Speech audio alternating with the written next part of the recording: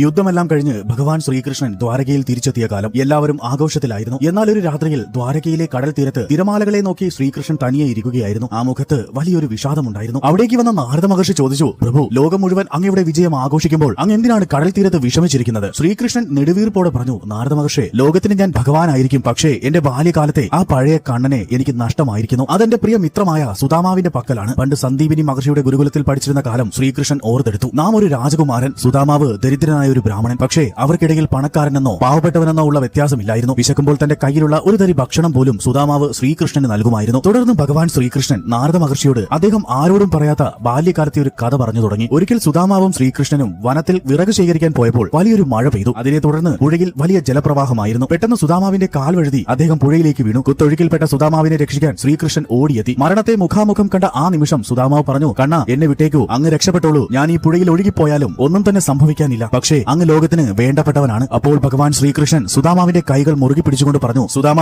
വേണമെങ്കിൽ ഞാനും ഈ പുഴയിൽ മുങ്ങിപ്പൊക്കോട്ടെ, പക്ഷേ നിന്റെ കൈകൾ ഞാൻ ഒരിക്കലും വിടുകയില്ല. തുടർന്ന് ഭഗവാൻ ശ്രീകൃഷ്ണൻ സുദാമാവിനെ കരയിലേക്ക് വലിച്ചു കയറ്റി. അവർ കരയിലെത്തിയെങ്കിലും സുദാമാവിന്റെ മനസ്സിൽ ഒരു ഭയം തോന്നി. തന്റെ ദാരിദ്ര്യം കാരണം എന്തെങ്കിലും ശ്രീകൃഷ്ണന് തന്നെ സഹായിക്കേണ്ടി വരുമോ? ആ സഹായം അവരുടെ ശുദ്ധമായ സൗഹൃദത്തെ ഒരു ദയയാക്കി മാറ്റുമോ? അന്ന് സുദാമാവ് മനസ്സിൽ ഉറപ്പിച്ചു, ഇനി ഒരിക്കലും ശ്രീകൃഷ്ണനോട് ഒന്നും ചോദിക്കുകയില്ല. വർഷങ്ങൾക്ക് ശേഷം സുദാമാവ് ദ്വാരകയിൽ വന്നപ്പോൾ കൃഷ്ണൻ അദ്ദേഹത്തിന് സകല ഐശ്വര്യങ്ങളും നൽകി. പക്ഷേ സുദാമാവ് പോയ ശേഷം ആ അവൽപ്പൊതി നെഞ്ചോട് ചേർത്ത് കൃഷ്ണൻ കരഞ്ഞുകൊണ്ടേയിരുന്നു. അദ്ദേഹം നാരദ മഹർഷിയോട് പറഞ്ഞു, നാരദ മഹർഷി, ആർക്ക് വേണ്ടിയാണോ ഞാൻ ജീവൻ കളയാൻ പോലും തയ്യാറായത്, ആ സുഹൃത്തിന് ഇന്ന് എന്നോടൊരു സഹായം ചോദിക്കാൻ പോലും മടിയാണ്. ഞങ്ങളുടെ സൗഹൃദത്തിനിടയിൽ ഈ സമ്പത്ത് ഒരു മതിലായി മാറിയോ? ഭഗവാന്റെ കണ്ണുനീർ കണ്ടപ്പോൾ നാരദ മഹർഷിക്ക് മനസ്സിലായി, ഈ ലോകം മുഴുവൻ ഭഗവാന്റേതാണ്, എന്നാൽ ഭഗവാൻ തന്റെ പ്രിയപ്പെട്ട സുഹൃത്തിന്റേത് മാത്രമാണ്.